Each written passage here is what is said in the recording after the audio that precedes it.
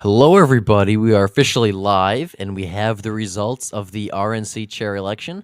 I'm going to be joined by my good friend, Old Line State Politics. I would highly recommend you subscribe to his channel. Link will be in the description. I'm not sure how long the stream is going to be because really there isn't a whole lot to talk about at the end of the day. It was kind of just, the RNC chair election, which was a disappointing result, but, was pretty much expected. So, Old Line, what are your thoughts? Yeah, it was expected with the way the Republican Party's headed in the direction that it is right now with everything that's happened after the midterms and all that. Yeah, absolutely. I think there's a lot of people who really wanted to see some serious change happen in the GOP. And I personally, for a little bit there, I thought maybe we might get it with Lee Zeldin. But as soon as he dropped out, I knew, yeah, McDaniel was going to win. And she did. And she actually won by a bigger margin than I thought. Harmeet Dillahan, I'm not sure how you pronounce her last name, so I do apologize if I'm saying it horribly wrong.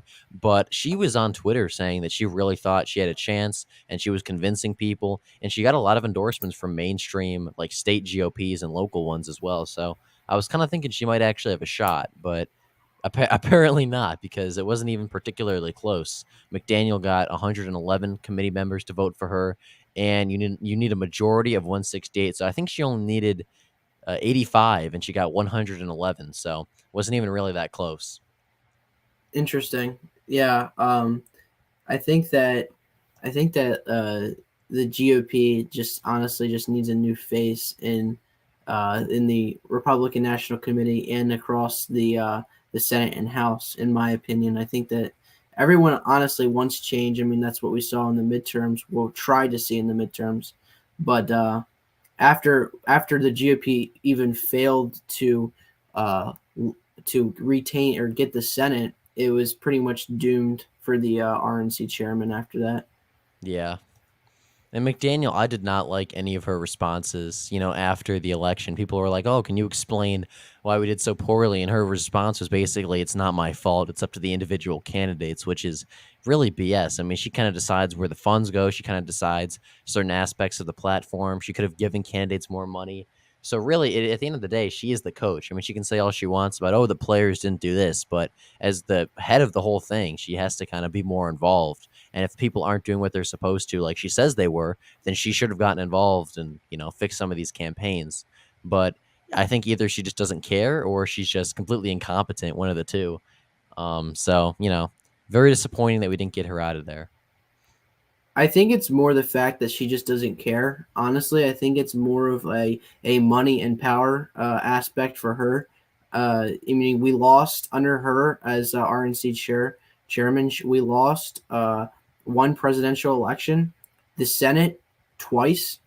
We lost the House once in 2020, and we barely got the House in 2022 midterm. So we could have expanded our majority massive in the House if we funded candidates. And the fact that we had a surplus after the midterms, uh, we should have spent that on the candidates and won these races. I mean, even though, I think part of the climate or the reason why the climate was of the midterms was so low for the Republicans is because she did not spend the funds necessary to win. Yeah, that's true. Or it was spent very poorly. I mean, Ron DeSantis in Florida got more than $100 million from, different donors, but the RNC. I believe Tim Scott in South Carolina got like 30 million or something. And then Blake Masters in Arizona, a critical swing state, barely got anything. I think the only quote unquote swing states they really funded were Pennsylvania and Georgia. Because I've heard that Laxalt's campaign didn't get a whole lot of money. Ron Johnson's campaign got a little bit, but not a whole lot. And even Oz and Walker didn't fund that much. So, very disappointing that they gave so much money to just DeSantis and Tim Scott and Lisa Murkowski, but left the candidates in actually competitive races out to dry. I mean, who knows how much even just a couple million across those states would have done. That's enough to get at more TV ads out there, get more airtime, have more events, get more signs. I mean, pay more people to be on the campaign full time and part of like the staff. I mean, that every dollar counts in elections. So I don't know if you can see the article I have on screen, but it talks about how McDaniel has raised a lot of money and she's hauled in 1.5 billion during her tenure. But if where's that money going? I mean, it's clearly not going to the candidates that actually need it. So, very disappointing that even though we did get all this money, and we're supposed to have this huge red wave that it never materialized. And it's not because of really any other reason than pure incompetency from the people at the top, which sucks because, people are on the ground working hard. We have good candidates, but if they're not getting the support, then it really doesn't account to anything. So, very disappointed that she did win. I'm not sure why she won re-election to serve as the chair again. I would think, that she would be that she'd be gone, but not up to me. Maybe she's done stuff behind closed doors that's kind of gonna pave the way to a better 2024 campaign. Maybe she's actually fixing her mistakes, but I doubt it. So we'll see. I'll give her a chance, but yeah, I'm very disappointed that we didn't get someone else in there.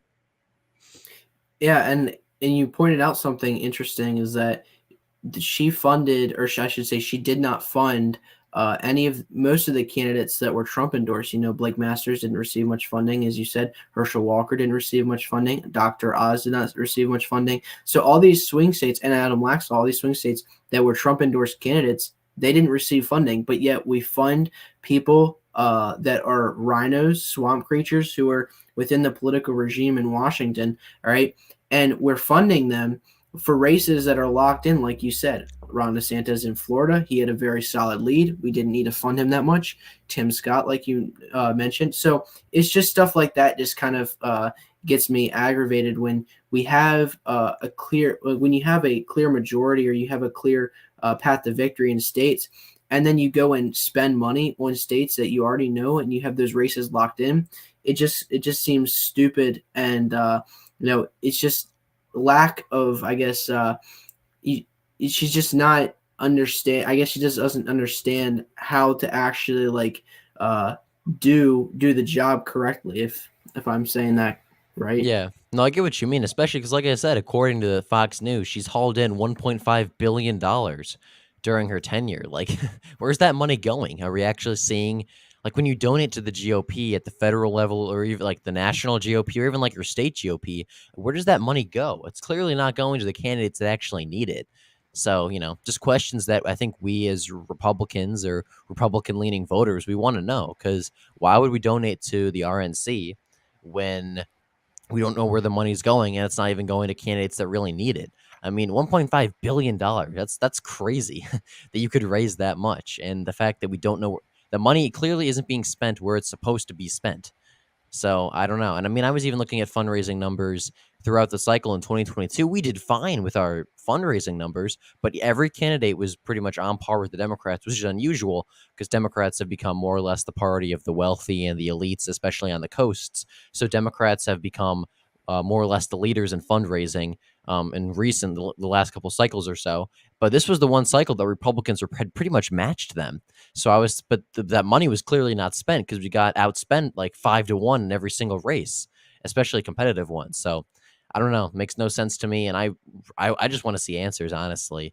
I'm kind of worried that this is more of a corruption, money laundering scheme at this point, because clearly that the lack of funding isn't a problem. It's just that we're not using it. So who knows where that money went? Who knows if we'll ever find out where that money went? But just like I said, just very disappointing, because I think a lot of people on the grassroots level of the GOP really wanted to see change, and they have good reason to. This isn't like, I mean, you could make the argument for Kevin McCarthy's race that, oh, that was just Republicans and the Trump wing being annoying. But this is actually, like, we have serious questions. I don't know a single person who truly supported McDaniel, like, at all. I think there was a poll from Trafalgar, which, isn't exactly the most accurate, as we saw in 2022. But I think like 79% of Republicans wanted someone besides McDaniel. Like, clearly there's a huge difference between what your average Republican voter and your average member of the RNC wants, which is a problem because, when those two people aren't connected, you get bad results like we saw in 2022. So, you know, if we And really one want to make thing, the GOP better, we need to get people in there who are actually going to do stuff and not just haul in a bunch of cash and not spend it. Sorry, I didn't mean to cut you off.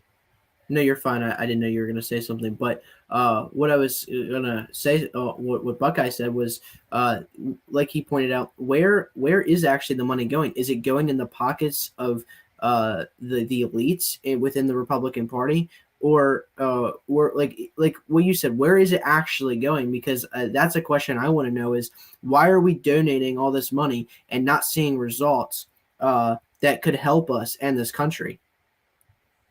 Yeah, exactly. It's the big question. I mean, she brags about how she's brought in all this money and she's done all this for the party, but clearly the results aren't there. So it's kind of disappointing because, I mean, we're doing everything right on paper. It's just the people at the top aren't doing their jobs.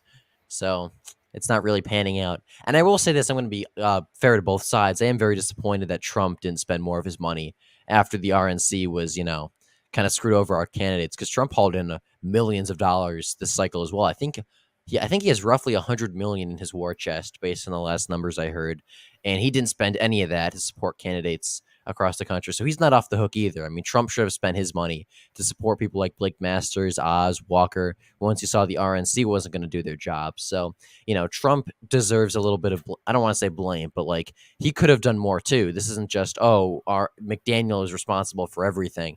I do acknowledge that, Trump, it wasn't perfect. We didn't have some of the best messaging.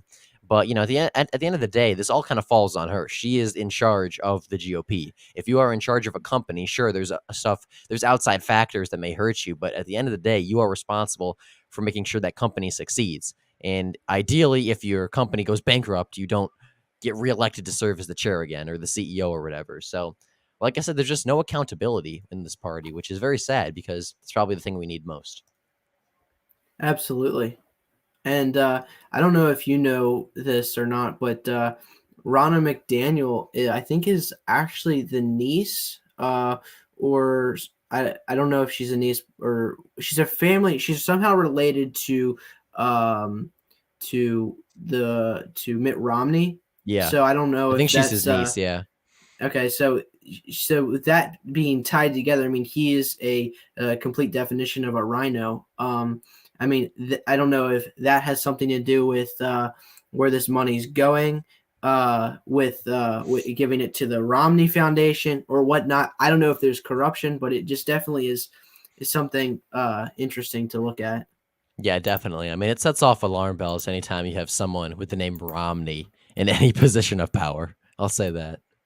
But Absolutely. And I mean, we purged part of the McCain dynasty out of Arizona, but I mean, who knows if I mean the Romney dynasty, the McCain dynasty, all of them are just pretty much responsible for a lot of the destruction of the Republican Party, and the downfall of the early Bush two eras and to the Obama before Trump came along and really tried to get it back to where it needed to be.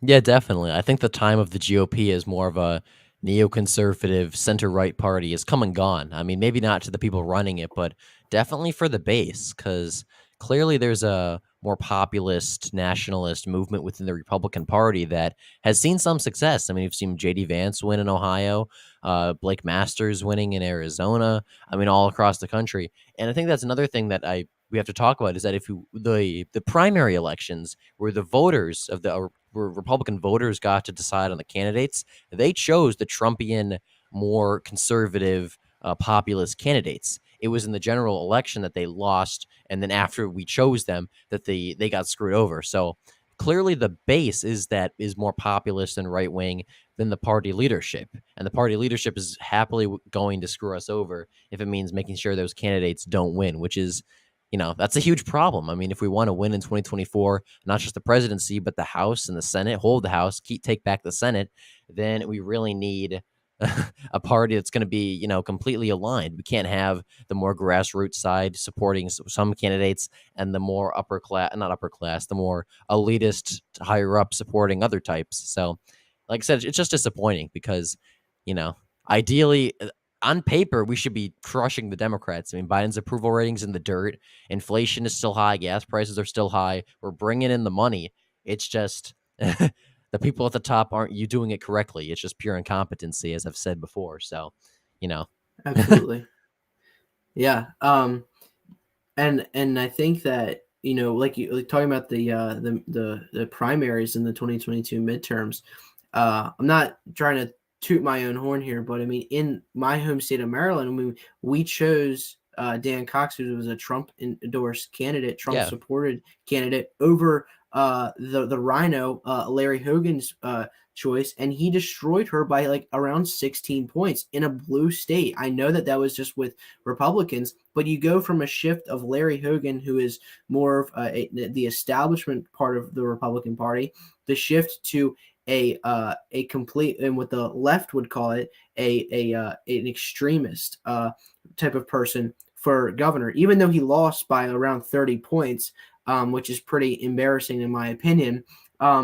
But the fact that we nominated that, it seems like the Republican Party is headed in that direction, and the fact that she or McDaniel won her reelection just goes to show you how how where the division between the people are from where the elected officials are. Yeah, I'm sure if you talk to maybe 100 everyday Republican voters, who aren't that connected to politics, but still vote Republican, they follow the news. If you asked 100 of them their positions on the issues, and then 100 donors and members of the RNC and Beltway elitists from DC types, if you asked them their positions on the issues, I bet there would be a big difference between them, which is a problem. I mean, a party should exist to serve its base, not the people who fund it. So Absolutely. and we're not going to win if we have that divide because people aren't going to turn out and vote. I've seen plenty of people just since McDaniel won saying that they're not going to vote Republican in 2024. They're not going to volunteer with the RNC. They're going to volunteer for individual candidates they support, which that's not a good thing. I mean, a divided party is never going to succeed. And personally, right now, unless McDaniel pulls it all together, which she very well may, and if she does, full credit to her. I'll give her the credit. I will apologize for being so critical of her, but I just don't really think she has the capabilities or the want to really unite the party and win in 2024. But like I said, we'll see. Maybe she'll pull it together, but I seriously doubt it right now. Yeah, it in my opinion, we I feel like that either the more conservative base of the Republican Party, if this is how we see, if this is what's going to continue for the next 8, 10 years, either the more establishment part of the Republican Party needs to break away and form their own, or the more conservative part does. Because if we don't, then we're not going to have a party that's united. And if we don't have a party that's united, we're never going to win anything. And that's the main issue, is that unity, when we're divided, nothing gets accomplished. And we've seen that even from the Biden administration. I mean, he divided the nation into two parts. You have the Democrats and the Republicans, but not just that. You have the people who think that people that are affiliated with the Republican Party are terrorists to democracy. He has created that divide, and the fact that more establishment Republicans are saying that about the more conservative base, that's making that divide in the Republican Party as well. Yeah, definitely. Because, I mean, I think everything at this point is just so polarized that something's got to cave. Either we, as the more right wing side of the GOP, have to really, take power in the RNC and, actually may take a stand, or they're going to just, or this is going to continue and something's going to happen. Because at the end of the day, the Republican Party, it's not going to succeed if we have two factions constantly fighting. So one of us is going to have to give way. So we'll see what happens. I personally think it's probably going to be the more establishment types. I think that their time is slowly ticking, but until then, it's not looking good for us. And I have my doubts about 2024. Yeah, same. I think that if we nominate decent candidates, and now this is me expecting that nothing changes and everything stays the same within the Republican Party. If we can nominate decent candidates for the House races, I think we can most likely retain the House control. Maybe expand our lead. This is just a maybe. Maybe expand our lead in the Senate. Hopefully, we can win some states like Sherrod Brown in Ohio, Joe Manchin in West Virginia, and John Tester in Montana. Those three races alone honestly can decide the balance of power in the United States Senate. Now, if we can win just two of those seats, we can bring it to around a 50-50 mark.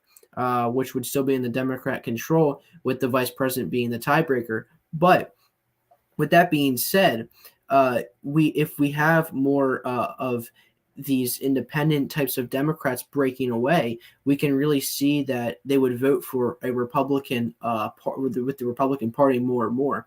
Um, but I mean, like honestly, we just have to get behind these candidates, no matter if they're Trump endorsed or not, because I think that's one of the main reasons why we failed so bad in the midterms is that we had these more establishment types saying that we're not going to back the Trump endorsed candidates, we're not going to fund the Trump endorsed candidates, and to be honest, that's a stupid move on them because that costed us the majority. Once they were the nominee, the Republican Party should have backed all we had. Even if you don't agree on their stances with Donald Trump or not, they're still part of the Republican Party, and we have to get them elected because if we don't, you're going to have something 10 times worse in power. Yeah, exactly. I mean, like, it's you hit the nail on the head, really, is all I can say. Because at the end of the day, I live in Ohio. We've already seen Matt Dolan declare his candidacy for the Senate race to take on Sherrod Brown. I despise Matt Dolan. I do not like him as a candidate. I think he's a good person. He seems like a nice guy, but I do not like him as a candidate. He is the last person I want to see win the Republican nomination. But if he does win the Republican nomination, I will volunteer with his campaign. I will donate to his campaign. I will do whatever it takes to get him to in the Senate to win because we have to defeat Sherrod Brown. And that should really be the GOP's I guess mindset for all these elections is, in the primary season, sure, you can dislike the other candidates, you can despise them even. You can do everything you can to make sure they don't win. But if your side, whoever you want to win in the primary loses and the person you despise wins, they're still a Republican. They're still going to side with you hopefully at least 90% of the time, if not more.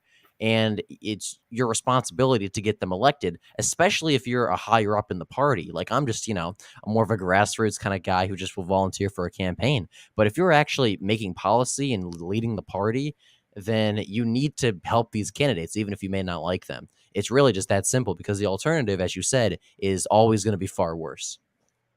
Yeah, you couldn't have said that any better. Um, and the one thing that's honestly really embarrassing for the Republican Party is that we honestly don't have leadership, and that is one thing. Every we all need leadership somehow, whether that is through faith, whether that is with your family, or but even with with politics within the party. I mean, the Democrats have a clear leader. I mean, you have Chuck Schumer in the Senate, and you have Hakeem Jeffries in the House.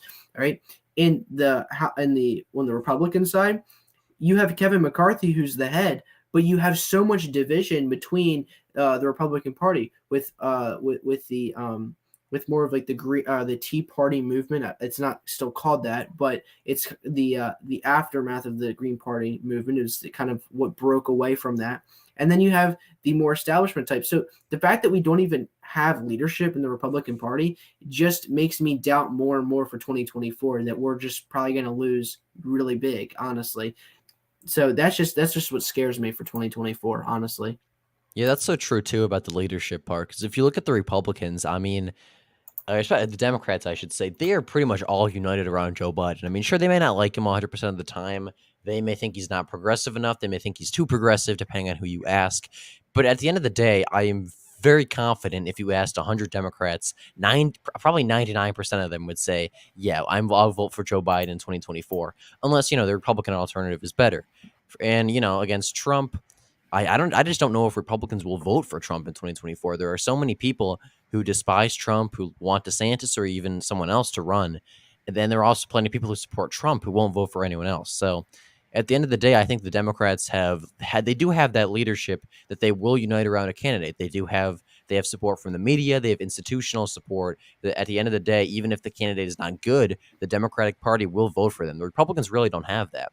And I think that is a problem. We did kind of have that under Trump for a little bit. I think for 2016, 2018, even 2020, we kind of had that. Now I think 2020, it was starting to wane. And 2022, we saw it's pretty much gone. We don't really, I mean, Trump is still, I suppose you would say, the leader of the Republican Party, but his influence is dwindling enough that there's plenty of room for error, as we saw with a lot of races.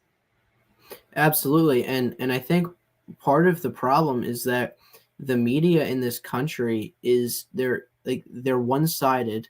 They don't tell facts. All they do is tell their political opinion.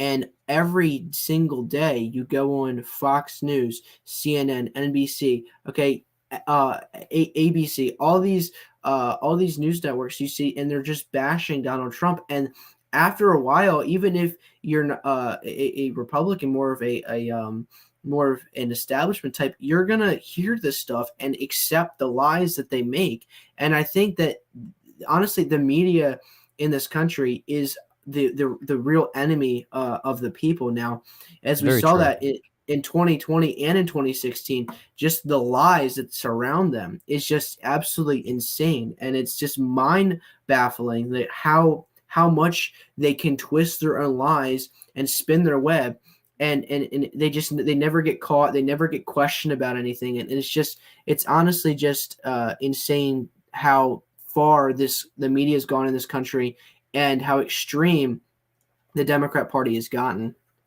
Oh, yeah, definitely. I mean, I think for your average person who's not super politically involved, which is probably the majority of Americans, I think that if you're not really that politically involved and you don't really watch the news a whole lot, you're busy with life. I get it, completely understand it. If you just occasionally check the news, I don't remember the last time I saw an article from CNN, NBC, ABC, any mainstream news outlet that was honestly even half. It was even neutral on Trump. It's all they'll say disgraced former president, incited the insurrection every chance they get. And to your average, person who's really not that politically involved, they don't really know what's going on. They see the clips of January 6th. They hear from the media that Trump and the Republicans are insurrectionists, and they don't really have the other side anywhere in the mainstream to hear. So really, unless you were already sort of in that Republican circle, in around 2016 time, I really don't think that you're going to be able to break out of that because there's just no alternative voice. Like, I mean, even CNN and MSNBC and places like that, they used to host Republican debates on their channel. Like for the 2012 election, even 2016, they would have Republican debates. They would have candidates come on. And now that's unheard of. Like, could you imagine anyone to the right of Adam Kinzinger being on MSNBC? No, that's unthinkable. No, 10 years it's not. ago, No, it's not as existent. yeah, 10 It years doesn't ago. happen. Yeah, 10 years ago, and even on Fox News, and Fox News is also responsible for this. They have their own biases, but especially the more mainstream. I mean, Fox is pretty mainstream, but you know what I mean. The mainstream, I guess, CNN types, the MSNBC, ABC, they don't portray the other side anymore, and it's kind of scary to think about because it's kind of important to democracy, republic, whatever you want to call our country, that the other side is in the mainstream and you don't have to go digging just to hear what the other side thinks and hear the other side of the story. It's not just, oh, these people are bad, these people are good, which has become now. So it's Yeah, kind of sad. you're right. No, it's not. It's not kind of sad. It is sad. It's complete. It's really sad, and the fact that I mean that even if you don't agree with what Donald Trump's stances are, okay, the fact that the left disrespects him so much. I mean, if a Republican ever talked about Barack Obama like they do to Donald Trump, they would be labeled as some domestic terrorist who needs to be put in a sane asylum. Like that would be a martyr Yeah, for the Republican Party, if you know what I mean. yeah, I So remember back in, I believe, 2000, it was 2009 or 2010, Obama's, I think his like first State of the Union, I think there was a Republican in the background who yelled like "You lie," the guy from Louisiana. Do you know what I'm talking about? I don't, but I mean, I don't know who you're talking about, but I Okay, remember well, there hearing was an about event. It this. was like in 2010. I think it was one of Obama's State of the Unions, where a Republican from Louisiana, drawing a blank on his name, he yelled like "You lie" in the middle of Obama's speech, and it was insane. Could you imagine? It was so crazy that people wanted him to resign. It was like the talk of the news for the next week about how oh, he's racist, and the Republicans do not respect Obama and do not respect the presidency. And then you have Democrats who won't stand for anything Trump says during the State of the Union. Nancy Pelosi tears up the speech. It's a duel. It's not equal for either side, the media coverage, which, I mean, it's kind of, I'm kind of used to it at this point, but still, it's just crazy to think that how different everything is for other side. Okay, someone in chat says that it was Joe Wilson from South Carolina. Yeah, I don't know the whole Okay. story, but I just remember hearing that. Yeah, I didn't I mean obviously I was very young during Obama's years, but like even like within the past year or two, I've been looking through and reading about his administration and everything, and honestly, I've been realizing that after the Civil War and all of that during the 1860s, if you look at what political party represented the South for like 75 to 100 years, that was the Democrat Party. And the South is tied with racism, but yet the Democrat Party represented majority of the South. So basically, their narrative is like their narrative is false, and you can literally just tell them the facts, and they don't know what to do because I mean, if you know what I'm saying, like the South of the United States, like the Confederate States of America, was succeeded when they were brought back into the Union. Guess what political party represented them? It was the Democratic Party. So which party is actually the racist one, if that's their narrative? Yeah, so true. I don't think people really care though about that. I mean, I think the Republicans tried that in 2020 to say what you're really get the message out there about what you're saying. And what you're saying is true, but like I think at the end of the day, people just don't really care, which is sad, but true. Is that we need to change our messaging from less, oh, we're not racist, the Dems are, to more, just actually focusing on policy and talking about stuff like that. I don't think it really does us any good. But you are right at the end of the day. It's about narrative control.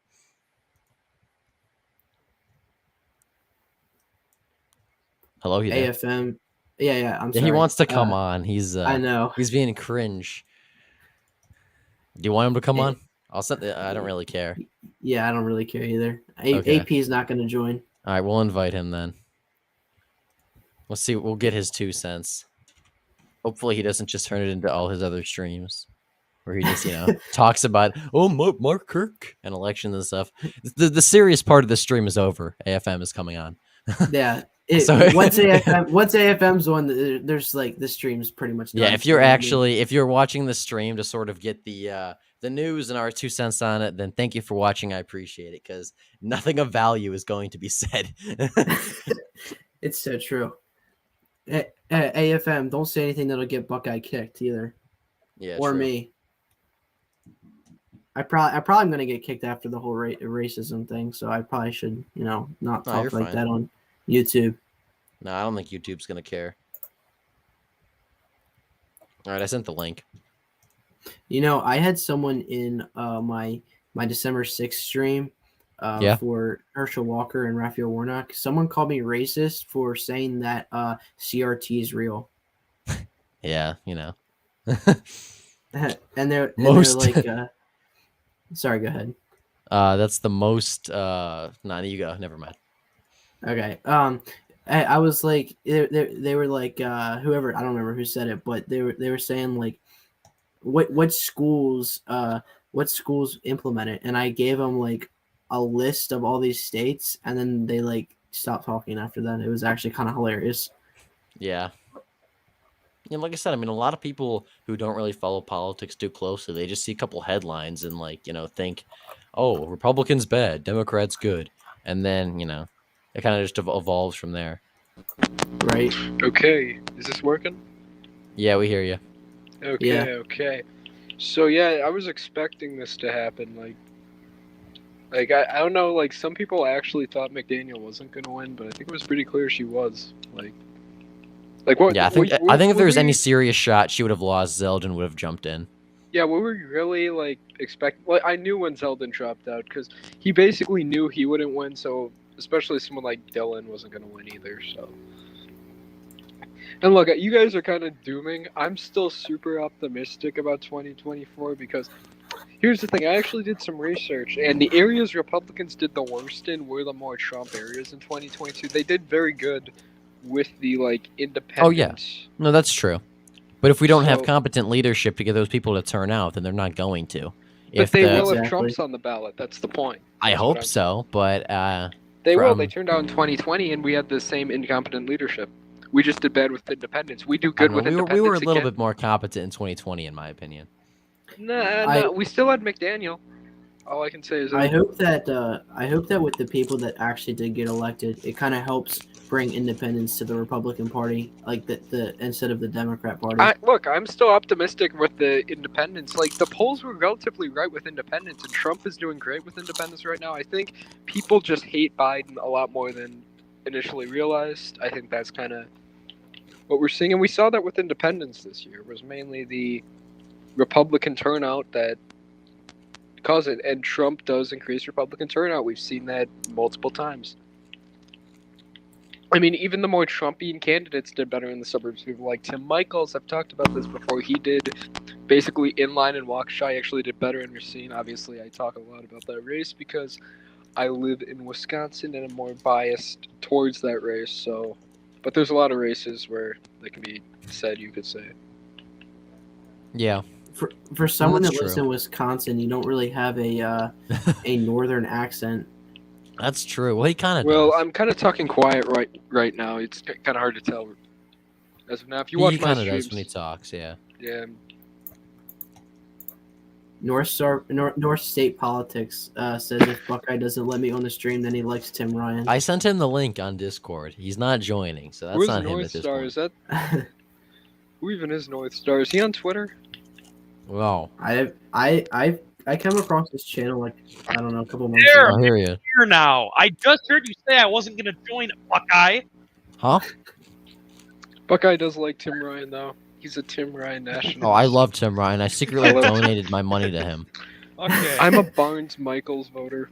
I'm a Barnes Michaels voter. That's what There I were am. people. Okay, there were people who voted for Ron Johnson and then voted for Tony Evers. Makes no sense. No, I'm a Barnes Michaels voter. That's what I am. Who the heck would vote for Ron Johnson than Tony Evers? Apparently, There were- quite a few. There was a no, like No, especially apparently like the in working roofless class areas. voters, like that was the most cursed thing. I did not expect to see like working class voters in Vernon County being like Ron Johnson, like the guy who like was pro free trade up until 2 minutes ago. He's our guy. But Tony Evers, the guy who shut down all the businesses, yeah, we're gonna vote for him. Oh yeah, Yeah. Tony Evers, the guy who. How flies did a Ron pride Johnson flag. do in like Kenosha and Waukesha compared to? He did really. He did Really? good in like he Kenosha. won. He won Walker. He got like 63, almost 64 in Waukesha. Ron Johnson. That's what I thought, Man. but Let me pull I up the wasn't sure. Senate map for 2022 because okay, Johnson did Everyone well was in where freaking out because he supposed didn't get like 79% in Waukesha though. Everyone had like a meltdown. Even though I don't even think Bush got close to 80 in those counties. No, unless he did. Scott Walker got 70% 2018. Like Waukesha is bluer than it was, but it's never gonna flip Democrat. These people saying it's gonna flip Democrat are stupid and uneducated. They don't know. The one that will is Ozaki. I think Ozaki's probably gonna be. Even if it does, who blue cares? and- Ozaki has like no people. Ozaki has nobody there. It's Washington and Waukesha that matter the most. Even then, even Michaels won it by 11 though. Ozaki. So I've got a hard time even believing Ozaki's gonna flip. And if it does, it doesn't even matter. So. I was about to say, like, if it does, Also- I don't care. Also, all the like gains Democrats made in like the WoW counties, Republicans are making up in Racine and Kenosha. Like Ron Johnson won Racine by like 9. He won Racine by 9. He Yeah, won I- Kenosha yeah, by he- like 5. Yeah, Tim he Michaels did. actually did better in Racine than Trump, which was hilarious. Okay, Johnson I mean- got 34,000 votes out of Kenosha County. He won it by 4, and then he won Racine by 8. He made Yeah, that but up for the losses in Vernon and Crawford and all those other counties. No, he actually did better than Trump and Vernon and Crawford. Ron Johnson.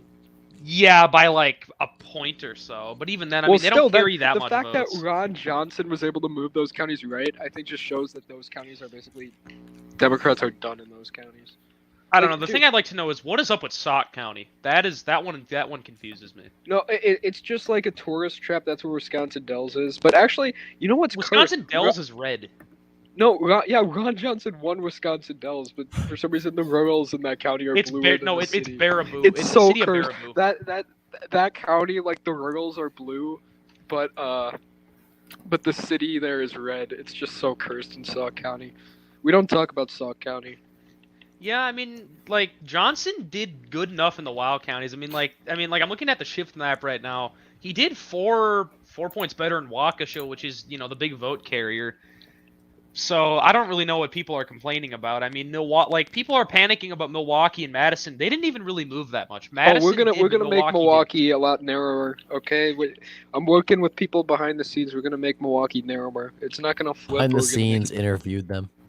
Yes, interviewed. I interviewed Yeah. him, but I'm also basically giving him a bunch of information, which is hilarious. It'd be Like, great if he'll those. just be like, GLP, give me some of those numbers from Election Atlas, and I'll just do it. It'd be great if So- those 3 counties in northwestern Wisconsin wouldn't be blue, but you know, of course. Oh yeah, I will say about Sauk County though, Ron Johnson lost it by like 8 in 2016, and he only lost it by 1 this year. So he's making 1.2, progress. yeah. He also the did place better I than had to- Trump in Portage, which was hilarious. Like, I thought he was leading in Portage most of the night. I think. yeah, but What? then the college votes came in. Who are these people? Conservative? Is this like the 10-year-old from Georgia?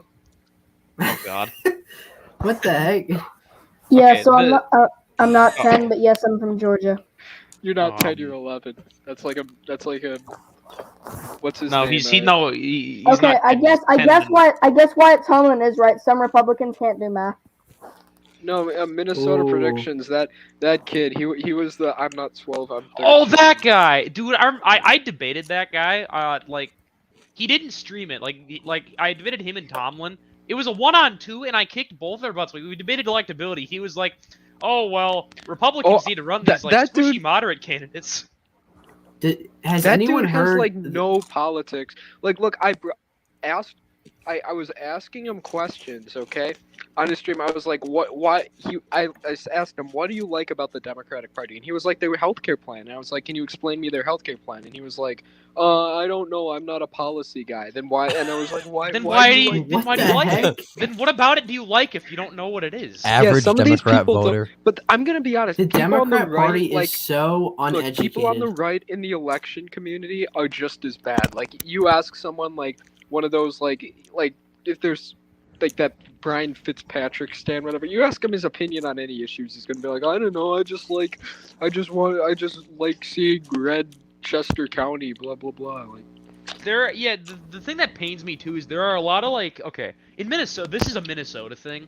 There are a lot of people in this state, especially up on the Iron Range, which I talk about a lot on my channel, where they will vote for Trump on the federal level, but then at the state level, they vote for the Democrat Party, or in our state, it's called the DFL because reasons.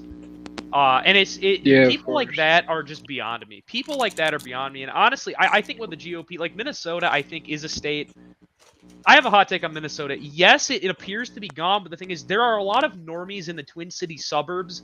I think that because they aren't really politically involved, like we were talking about earlier, I think if they were to see the other side of the narrative, they would change their mind. There are a lot of people like that who lean conservative, but they hear all these bad things about the right, so they vote for the Democrat Party because the media tells them it's good. And they don't.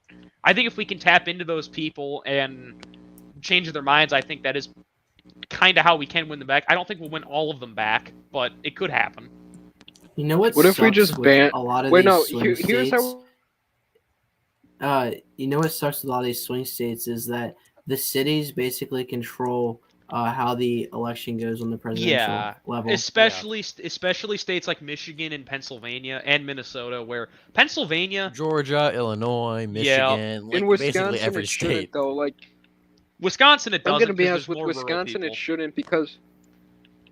No, because here's the thing: Republicans need to actually reach out to these rural voters. Like, there's these counties up north that are only going Republican, like 60-40. There should be like at least 75-35. That's Or the same with 25, Minnesota. excuse me. Minnesota, But no, like everyone's most like, no, Republican- we can only win off Waukesha. I literally did the math. We could lose Waukesha by 5, and as long as we max out the Royals, we'll still be winning by like 3 points. So I know, and okay, the thing to understand here is like that's the same thing with Minnesota. Like Minnesota, the most Republican county was R+54. The rest were like one of them right here, Republican +23, Republican +28, Republican +22, Republican +30, and these are in like western Minnesota by North Dakota, where you go across the border to North Dakota, and those counties are like R+70. So it's just it's weird, and I think part of it is just the the Rust Belt GOPs are the most incompetent parties. That is in so the country. true. The only That's so good true. ones, the only good ones No, are I the will- Ohio GOP and No, the the Ohio GOP. GOP sucks. It's literally all Really? Trump and then luck. Except It's for and the JD local. Vance. JD Vance was a Yeah, good it's choice. Vance, Trump, and then the local GOPs. Like the But even Ohio then, GOP as a compared whole to is the so rest- incompetent. Compared to the rest of them, they look good though. The Michigan Because GOP this is a is- train wreck. The Michigan GOP Minnesota's is the is worst in worse. the country. At least Michigan has Pennsylvania one. sucks. Okay. The most incompetent You know I what's- would No, say. I'm is gonna be Minnesota. honest. Okay, this is gonna be.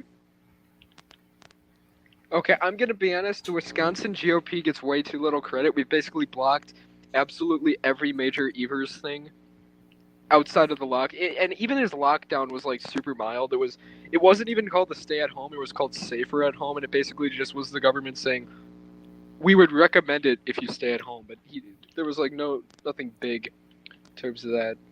So the Wisconsin GOP has actually been Okay. pretty effective. Isn't And- Tony Evers like 80 some years old? He's in his 60s, I think. He's in his 60s. Also, I don't hate know. to be it, but I in don't like care such about a, we also re-elected Ron Johnson in a Biden +3 electorate. So, say what you want, but I think that's a okay accomplishment. Like, it was Biden +3 in Wisconsin. That's what all the exit polls show. And I know exit polls aren't too accurate, but if anything, that might be underestimating the Democrats because I don't even know how they count mail-ins in those exit polls. So, I don't know, North like Star. what? Oh, one of your senators, isn't it Amy Klobuchar? She's like one of Oh the my most God. overrated senators ever. Amy Klobuchar, she is absolutely beloved. She was beloved. She's not really anymore. Like, there's been a lot of people recently who don't like her, but you look at her, like, her re-election maps in all of her races, and she's just winning these, like, rural Minnesota counties that voted for Trump by, like, 30. She's winning these rural Minnesota counties by, like, 15, 20, and it's like, what are you people thinking? And you reach into these voters, and they don't really know what she actually advocates for. They're like, oh, she's a centrist. I'm like, no. Have you heard anything she says on the Senate floor? She's called for things like CRT in schools, unlimited abortion access. Like, she's not a moderate. Klobuchar is anything but a moderate, but she's able to use her quote-unquote union background to kind of appeal to rural Minnesota, and it's pathetic. Like, she doesn't.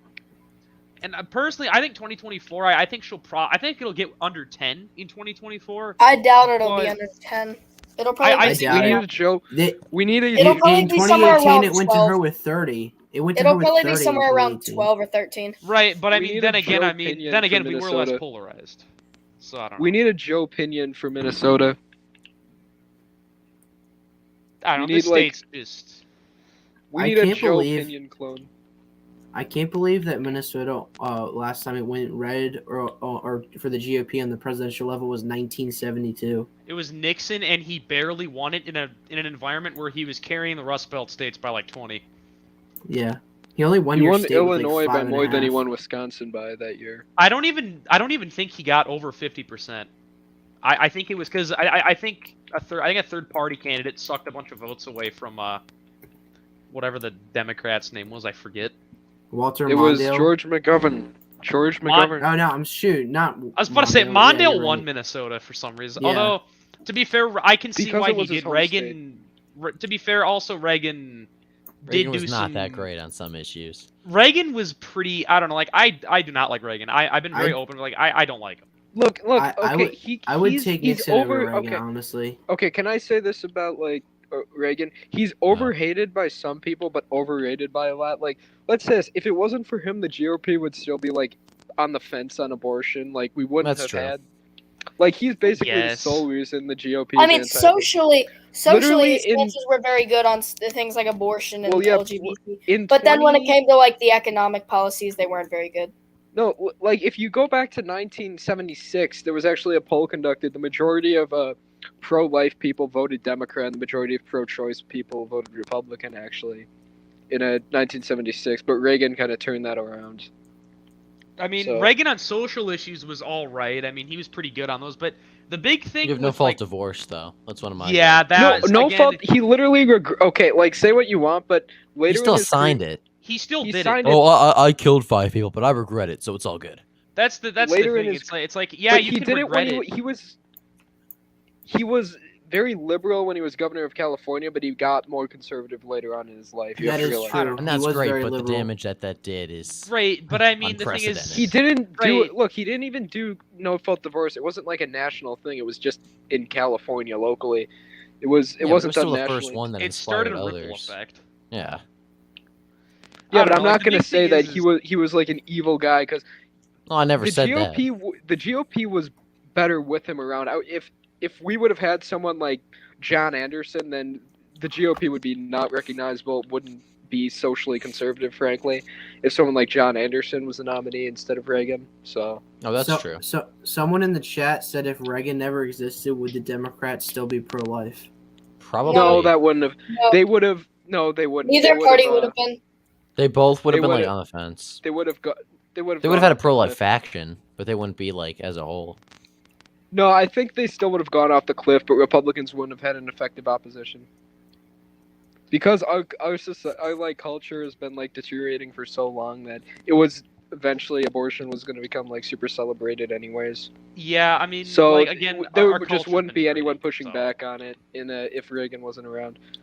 Like, look, and I'm I- not a big Reagan guy. I'm not going to say that, but he's overhated by a lot of people in my opinion. That's just Yeah, I agree with that. I'm not. I never I'm said not he was like completely a bad. lot I of mean, he people just obviously- hate him. I think because oh he like all the people that like Ben Shapiro, all these cringe people support him. So we must hate The absolutely reasons- everything about him. Doesn't I doesn't dislike AP's mom watch Ben Shapiro? probably. No, Nick Fuentes. But then it turned Oh, out there was a okay. lot. No, he stopped watching. He stopped His watching. mom him. used to watch him too. Oh, really? Yeah. I'd say the big Okay, thing, all like, I the can reason say I is dislike. America would be in a much better place if Rod Blagojevich was in charge of the Democratic Party. Can we agree? Okay, Rod Blagojevich. Okay, his Oh, his gosh. conviction was America a would little be in a sus. much better His position if the convictions Democrat were, Party like, never existed. Weren't even that bad, and like also I don't the even know whole if he Senate- did half of them. Like, they were set up Yeah. for him to He look. didn't. They were set up. Look, it was 100% like a deep state psyop, like unironically. It was. Did you read it in the Wire? Like, have you listened to like the wiretaps it did? Yeah, like he did literally nothing like wrong. the whole sale of the Senate seat thing was literally like reversed. Like the court took off that thing, but just kept them in jail anyways because they felt like it. It was like that. He was definitely over sentenced. Even like a lot of people who say he was like super guilty said he was over sentenced. He got like 14 years for like wire fraud, basically. Like I also think it's funny how nobody seems to care that Pritzker was also involved in that. Yeah. No one cares about that though. But they'll gladly Pritzker's reelect gotta Pritzker be by the- 33 points. no, they reelected him by 12 points. Actually, I was vindicated. I said that was going to be closer than expected, and it was. I thought it. I had a hot take that it could get under 15, and it did. So I had it Well, like duh, D of plus course it 12. was gonna I get was under right on the 15. money. I thought it would be D plus 9. Okay, so I was off by 3 points, but whatever. At least some people thought Pritzker was going to win by like 20 because he's like an electoral juggernaut according to Liv ET, who's going to win like Ohio again. Like that was an actual take I saw from some people like over the summer.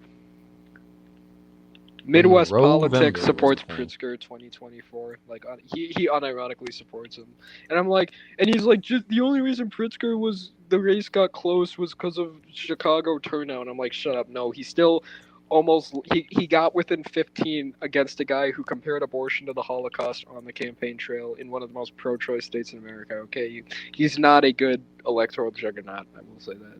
Who? I should say how many?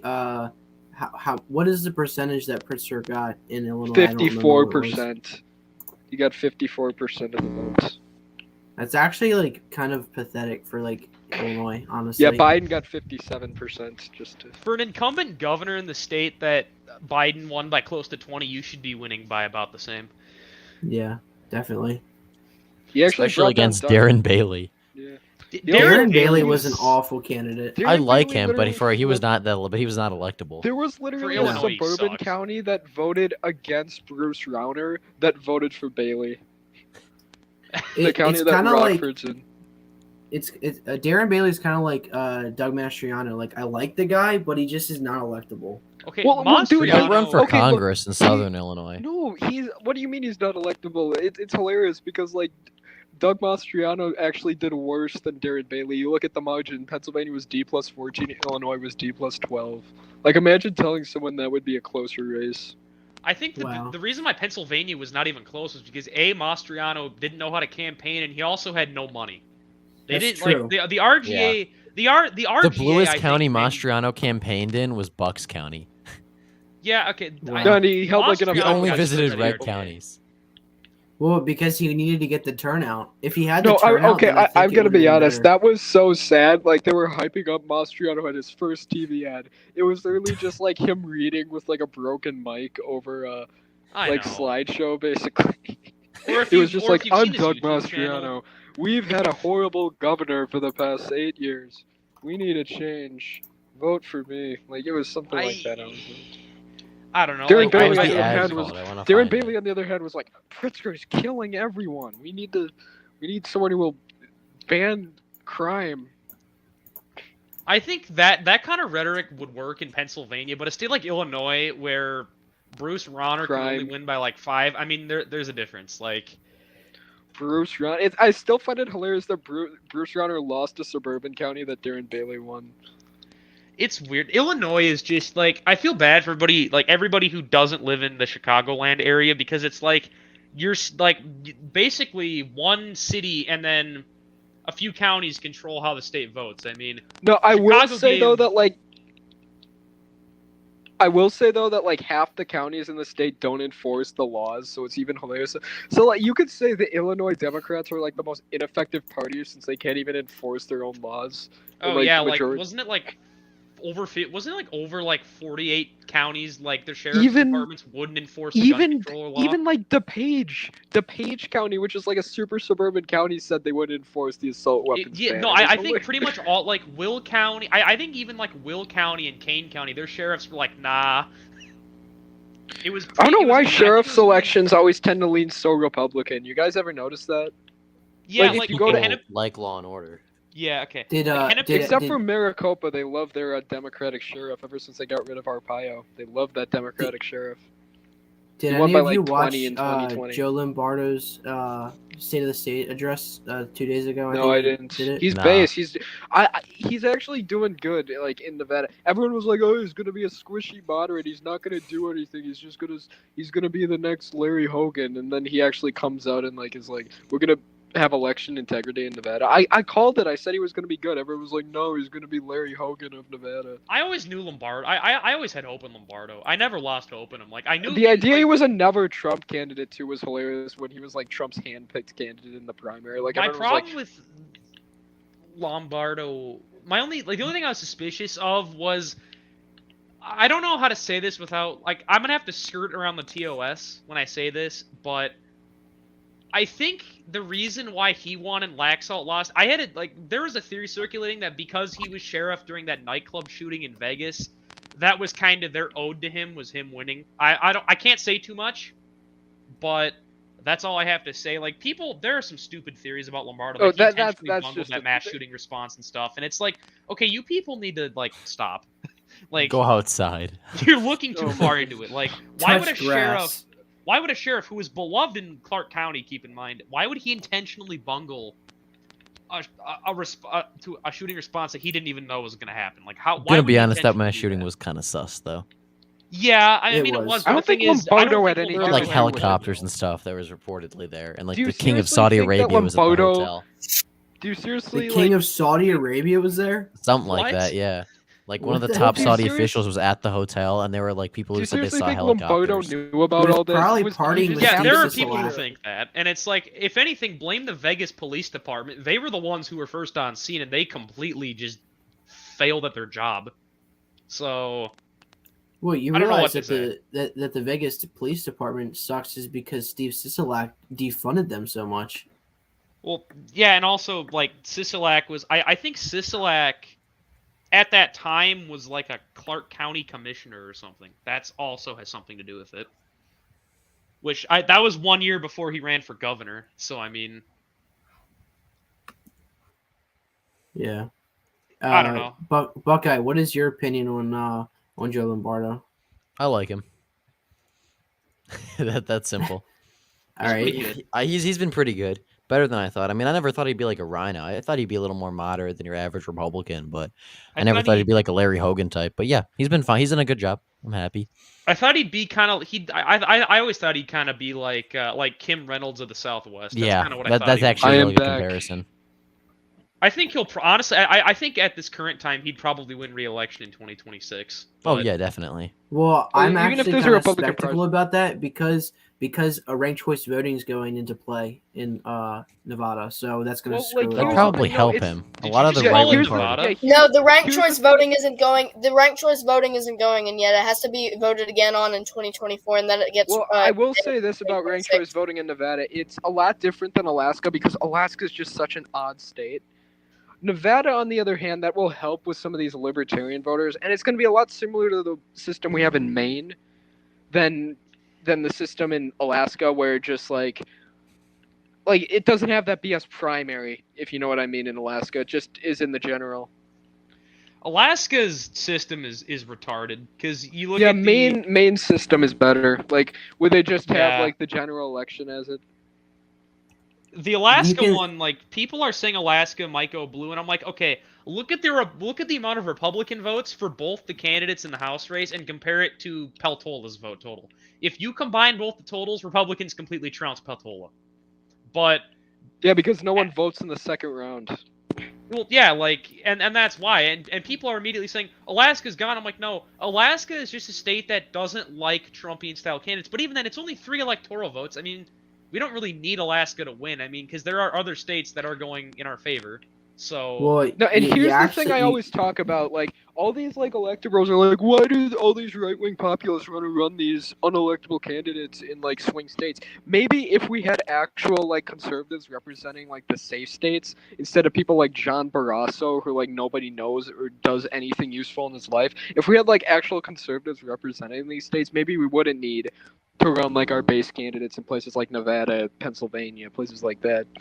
Like, I mean, am I wrong in saying that, or is that No, like... no, you're right. no, you're totally right. I mean, we need to get our most right wing candidates. I think in the red states first. I mean, like states like North Dakota should be like states like North Dakota and Oklahoma should be right wing bastions. But yeah, you look at these states and they're like North Mug Dakota Gordon. in particular is North Dakota and Wyoming are run by just the weirdest people possible for those states. Like North Dakota, I'm getting kind of concerned about it. Like it not anytime in the near future, but long term, the city of Fargo is growing big time, and the county it's in is starting to trend blue again. I Just don't know. if ban that's gonna Democrats, and then we won't have to worry about it. hold. That the Democrat Party, disavow. the How is it Democrat Party should disavowed? just disband. I have to No, disavow for TOS there was, reasons. like, No, there was in a 2020. There was like something in the House. Someone introduced legislation to ban the Democrats for helping to found the KKK. I forgot which representative. did it, Based. Hey, what's your guys' opinion on George Santos? but They Oh God, He's fine. I don't really know what to say. Oh, well, Okay, who would you're have like- guessed? Who would have guessed politicians have scandals? What a shocker! Like People I'm not are- gonna Oh, pretend yeah, to be all definitely. upset. George We know Santos has we know done that is stuff happens nothing. all the time behind the scenes. Then when it comes in the open, I'm not gonna be like, oh, we should resign. I, mean, What I don't Santos agree with has it, done but like, is Hey, I don't agree. I don't agree with his life choices, but it's a Republican seat, and we kind of need it for the Yeah. majority. well, and also the thing with George Santos is what he's done is nothing in comparison to what like some of these other candidates have done. So I don't want to Okay, hear from people. Yeah, exactly. Like you just made a great point. So the Democrats are calling for George Santos to resign. Well, what about like they're talking about all that, but what about what Bill Clinton did? How Or about what that? the governor of Minnesota did with that whole pandemic food welfare thing, where he knew about fraud that was going on, people were abusing the system, and he didn't report it to the FBI until right before his election to make him look good because he was sinking in the polls. I mean, like no one cares about that, but everyone's like, oh, this guy like was obviously doing some trolling and lied about his resume to run for Congress. Wow. But he's still voting the right way. Like he's still standing up for people. He just lied about his resume. Like I mean, you shouldn't do that. Like I disavow lying, obviously, but I mean, he's a politician. Like that's unfortunately All- politicians are basically college-educated liars. So Yeah. All politicians lie. Right. I mean, people are gonna say, "Oh, what about all of Trump's lies?" I'm like, okay, Trump didn't lie. He has a big ego and he liked to over exaggerate things, which that's who he is. Like Yeah. he talks Yeah. big, and I mean, then again, people want to hear a candidate who talks big. They don't want to hear these moderate candidates who talk a moderate ball game. It's like, no, it's like if I want a politician out there, I want someone who's going to swing for the fences or strike out trying. Because I mean, truthfully, that's what the Democrats do. They swing big in their elections, like John Fetterman running a far left campaign in Pennsylvania, and it worked because there's one party who runs brain damage candidates, and then there's a party who loses to brain damage candidates. So Yeah. Nevada Man said, "Is the George Santos drag queen story real?" I don't know. I don't pay attention. I don't think I've heard about that. Me neither. I heard there were allegations. I don't know if it's true or not, though. It's probably It's just probably slander, I bet. It's more of the media just making lies, honestly. Well, yeah, I'm not. I can't say I'm surprised at all by that.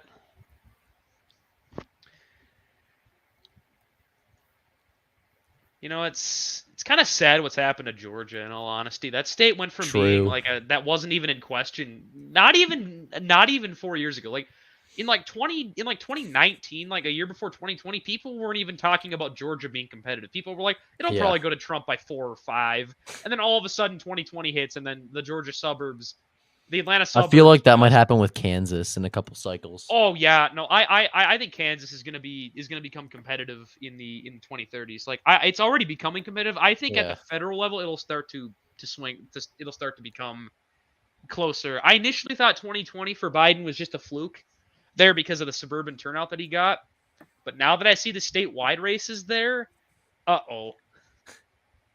I Now, think granted, I mean- in my opinion, the only reason why Biden won is because Trump people just didn't like Trump and they thought Biden would be better, and just the turnout in the 2020 election was so Part high. of it was just the Republican Party. I made like a presentation video on this and how we win. Like my opinion on how we win, and I said we need to now. This is gonna be skirting it real close to the TOS again because that's what I do. I skirt around the TOS all the time on my channel. I've gotten a strike and a warning in 2 years, so that was fun. I think Very we need impressive. to do like what the California GOP does, where they ballot harvest it legally. And guess what?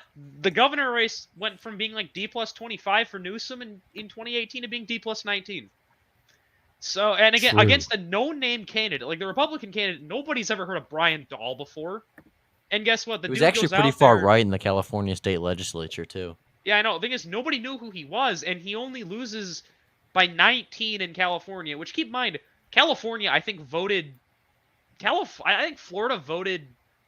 I think DeSantis won by more than Newsom did, if I'm not mistaken, or close to it. Hey, I just want to say something? Can we stop nominating people from California for House of Representatives or for Speaker, I should say? I don't get what the problem is with that. Yeah. I mean, I would say Ohio, but the last time we had an Ohio speaker, he wasn't so good. So No. Same thanks with a lot, John Wisconsin. Boehner. Okay, It's actually John Wisconsin- Boner. It is John Boner. That's what I call him. I call him.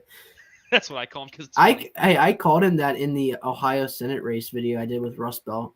That's what I called him. Oh my God, there are actually people who think New York is going to be competitive in 2024. Oh my God. It will. Zeldin is going to be the nominee, and he's going to win it by 7,000 votes. Like, I think New York is. I think the signs out of New York are a little promising, but then again, I think this would have to continue for more cycles before we can get confident. Yeah, how much of it is Zeldin and how much of it is actual trends? Now, then again, New York did trend right in 2020. Like, it did swing to the right.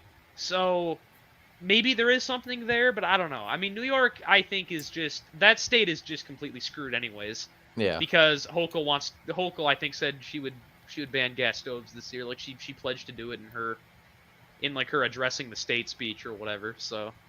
The state of the state. Yeah, I don't. That just sounds retarded. I don't want to say that. Ah, crap! I said. I'm back. This is back. I said. Hello. I said the retarded word on YouTube. Oh no. It's over. Okay, no, you guys were talking about Kathy Hochul. in New York. Okay, New York, people forget that Trump did like 8 points better than Romney there. So I think That's I what I'm think it is. saying. I think it is moving. Trump even did better than Bush there. Okay, I think there is a legitimate trend, and that was with Bush being a massive suburban candidate. He did better on Long Island than Bush. So I think New Okay. York. Yeah, New York is definitely a state. I don't think I think New York is one of those states where it's silently and slowly moving to the right. California is starting to swing back, it looks like, but very slowly, and I don't even think it's gonna matter anyways. Dems maxed out in California in 2020. I stand by that statement. They actually I don't not know. It because was it actually 2016. shifted Trump right. did better in 2020 than he did in 2016. Yeah, then it was 2016 when they maxed out in California. That was like their absolute top. It's only downhill from here for. Yeah, No, I love how these definitely. people are still claiming Michelle Steele and Mike Garcia are DOA in 2024 when they claim both of them were DOA this year and they both won by like six. People said Michelle. I honestly thought Michelle Steele was gonna lose. I didn't think she would lose. I thought Mike Garcia. I had him winning in my final prediction, but deep down I was like, okay, there's Republican internal showing him down 5. I don't think he's gonna make. He wins by like 7. He wins by more than Kathy Hochul. He won by Which 6. No, he won by 7. The final result was closer to 7. It was like 6.8 or something like that. Yeah, I mean, okay, the fact that guy is far right as he votes, that he's able to hold his seat in like a Biden plus 10 district, like. Libby T claims he's DOA in 2024 though. I mean, he's able to win. Like, he won in 2020 when Biden carried that district by 13. He won again in like a whatever the heck you consider. No, it only got a point bluer. I will say that after redistricting, it only got a point bluer. So this idea that he can't win in 2024 is stupid. But even then, I think it took away most of the big Democrat areas. Like now, it's pretty much just like the vote. Like it's less vote heavy, but I don't know. Who knows? I mean, We'll see. California. I mean, I don't even know why. I don't like to give California the time of day because Rhode I mean, Island and Delaware, though, I still stand by the statement that those are future battlegrounds. I Delaware- think Delaware. Look, Yeah, Delaware's Delaware- attorney. only three- Delaware was super close. Look, Delaware if Bernie only was has the 3 nominee, electoral Delaware votes. would. It's not We really have a evidence. battleground state. Look, there's literally proof that if Biden wasn't the nominee and Sanders was the nominee, that it would have been like basically a toss-up state in Delaware.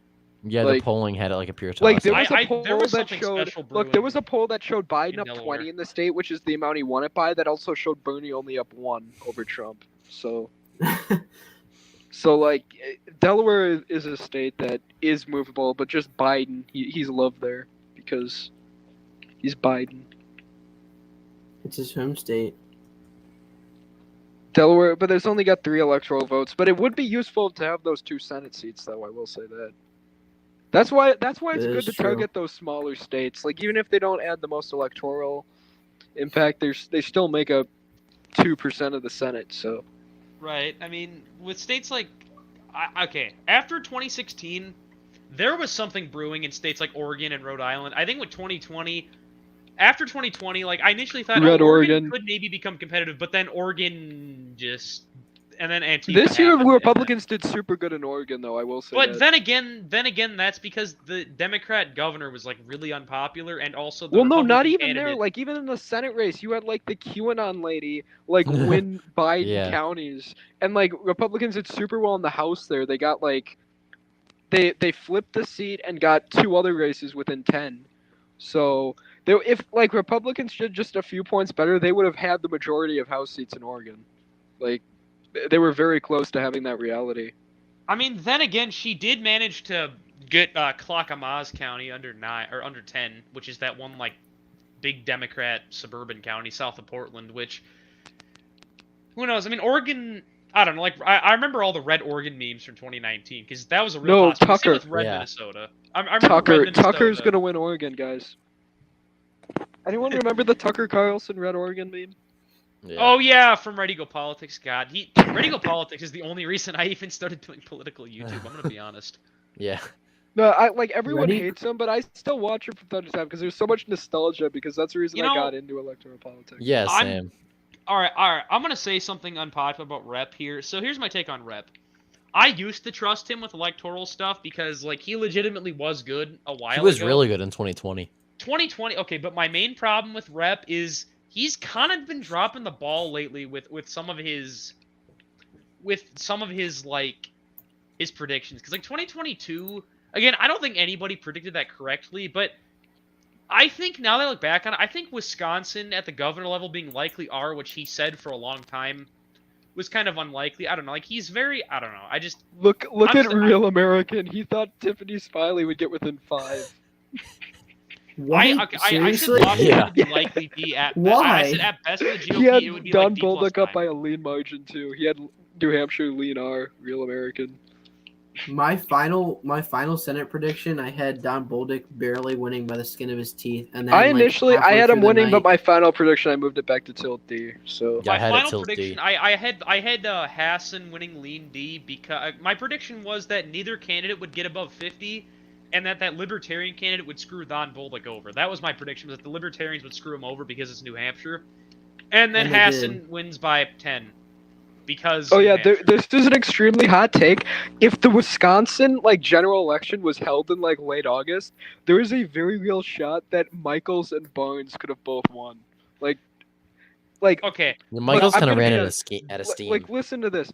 Like towards the end, but right after the primary, a lot of people really hated Evers, but Johnson too. He was real unpopular. Like Barnes was up in the polls by like 5, and Evers was only up dude, by like Barnes 1. was. So- I was getting kind of concerned for Wisconsin's Senate race in August. Like, Okay, I'm gonna be honest. initially- Like when that Trafalgar vote came out, I was like coping big about it on Twitter, but like deep down, I was like, "Holy shit!" Like we're screwed. But then, like even like in September, I remember like going around like rural Wisconsin, like there were tons of Michael signs, but no like Johnson signs. I was like, "Wait." yeah, especially There's like no or enthusiasm for Johnson. Northwestern. I'm like worried. But then like that one Marquette University poll came out showing Ron Johnson up, and then it was like, okay, now we're and then the race shifted. Okay, the big thing is like there was a lot of Michael signs statewide, like especially in like North, like those. he had the three- enthusiasm. He had a lot of it. But here's the thing. It wasn't in the drift list. He had the enthusiasm. The places he did the best in were like areas like Dodge County, the Fox Valley. If you just look up the Fox Valley counties, they're well, basically yeah, like he in did best between in- Waukesha and like Green Bay. Basically that area. Yeah, I That's know. where He- his yeah, that area. base of support is, like the Fond du Lac area. That's his base of support. But Ron Johnson, on the other hand, apparently now has a base of support in the drift list, which I did not see coming at all. I actually had Michaels outperforming Johnson in the drift list, and that aged horribly because he actually lost like. I think with Wisconsin, there was a lot of Michael signs. Like those 3 Democrat counties that border Lake Superior in the Northwest. I don't understand why those are Democrat. I know why Bayfield's Democrat because there's a native reserve, but like Douglas and Ashland, Douglas, the city of Superior kind of carries a. Yeah, but at the Douglas. same the thing is, I've been through Superior before, and there Oh, was you a want to know lot why? of It's only the northern parts of those counties. Like the southern parts, like all lean heavy Republican. It's just yeah, I know. those areas on Lake Superior. It's just a bunch of retired boomers who like are hippies. It's just But a even- bunch of retired hippies. The thing I've Those noticed counties. with It wouldn't shock counties me if is- those counties are like red in like 20 years once all the hippies. I die. think I do think I think Douglas is the first one that'll flip because like there are Yeah, a even lot with of Superior, I elitists- think Republicans will do better there. But even like then, even Superior Trump. is trending red though, so Yeah, Trump did better in Superior in 2020 than 2016. yeah, I know. I believe. All right, guys, I gotta go. So we're gonna end the stream. No, Yes, keep it. Thank fine. you all for watching. We'll see you later. Stay in the studio. Keep us in the studio.